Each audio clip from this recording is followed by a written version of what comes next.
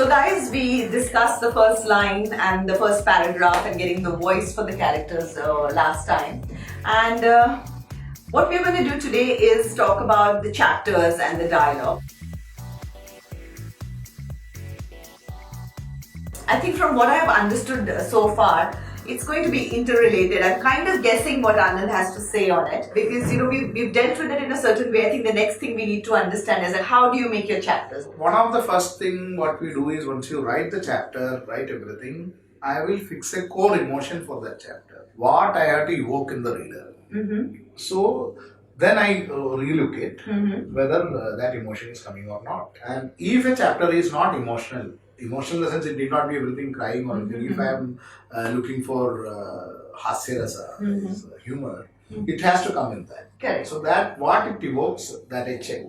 And I try to balance out all these things in the chapters. See, dialogue, one thing when you write in novel or in a short story, dialogue never reflect real life.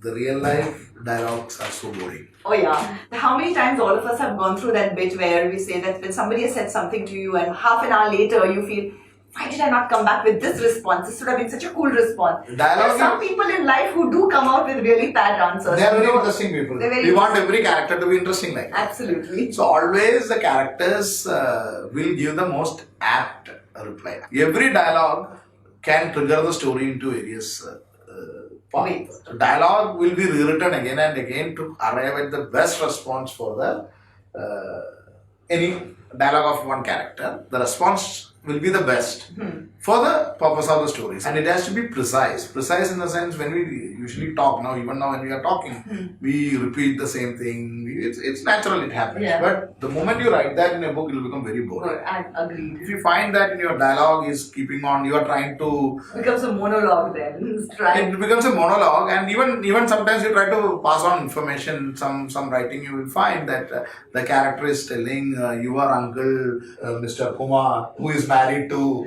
Oh God, we've already lost it. Who is married to so and so. No, if they have come. That way nobody talks. Nobody talks. So that way it will imitate life. But you should not use this for giving information out. That has to become in a oblique way, and every answer will not be direct. So let your plotting, your characterization, etc. imitate life, but not your dialogues. Dialogue is always the crux. Dialogue will not imitate life. Yeah. Dialogue will be the precise and the apt response which you wish you could have given in your real life. Absolutely, we wish for it. But in a novel, one place where I felt I had written somewhat good is where Ravan talks to Mahabali. His guru says, no, you should not have arrogance, you should not have, and he gives retort to that. Yes, and suddenly arrogance felt good. Arrogance felt good. Yeah. So that defines the character's voice, that defines the story problem. Yeah. I mean, that's all I wrote. Mahabharata, if you read, it is never like the real life. Yeah, it's always flowy. Yeah. So that makes it. Indians like that also. Indians like that. Yeah. That is,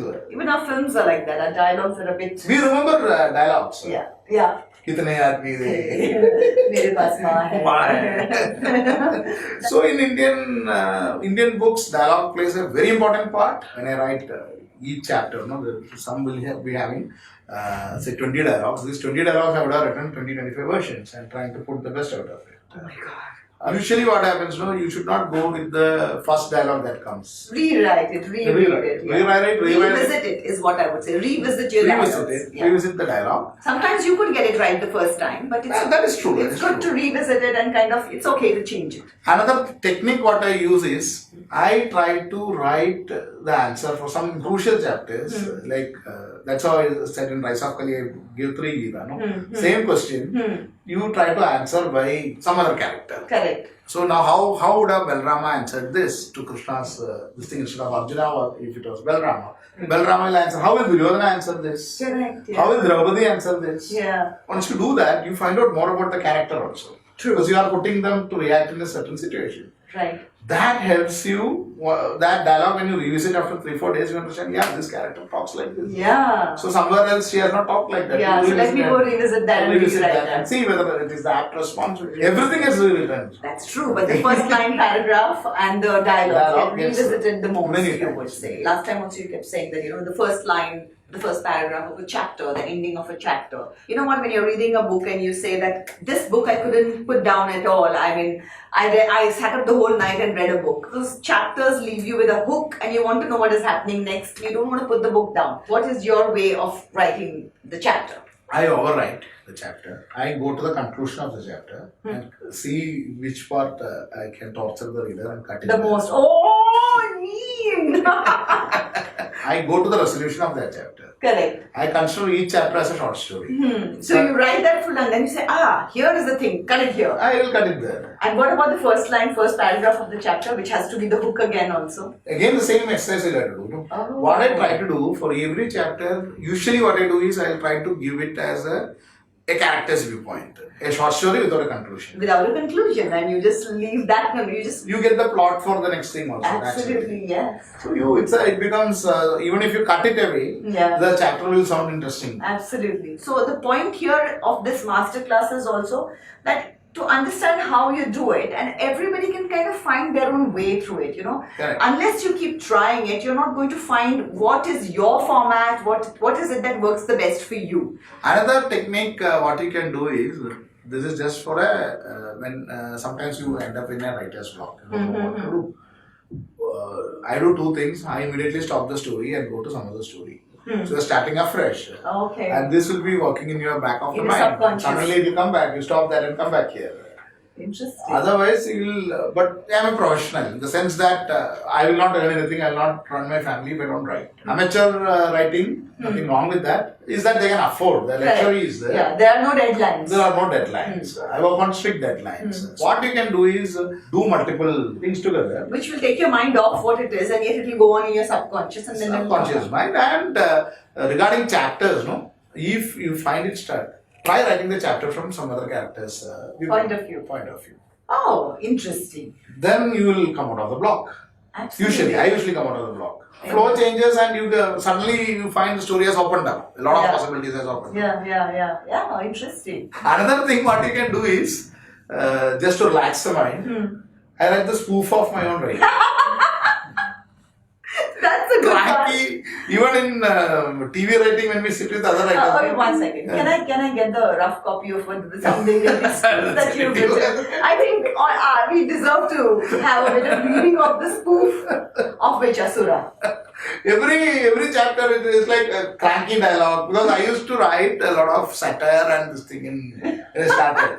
So I have to make a cranky dialogues like with all 4-letter words. Not to be shown to anyone. Everything you take out your frustration in there. Ravan talking nonsense. Ravan talking some dialogue. I want to read this. Or something like that. These are simple personal things, but it's fun. It's like you're rinsing your brain. Basically, you're rinsing and throwing it out and then refresh again. One thing within Asura which I have written is Ravan he wants to sleep on his side. But how can he sleep on his side with 5 heads on that? All sympathies to Ravan. No wonder you have written such a sympathetic book towards him. These are the things which you cannot publish or nothing. This is just for yourself, you write for a fun. But interesting. These are the hacks, I would say. Guys, this is what you need to do. And figure something out. So the point is that you have to figure out what is it that freshens you up, that gets you out of the writer's block, and you'll find that way and move ahead from there. Great. That was fantastic. Not at all. It was about dialogues, it was about chapters, and when you get stuck, what do? It was fantastic. Thank you so much.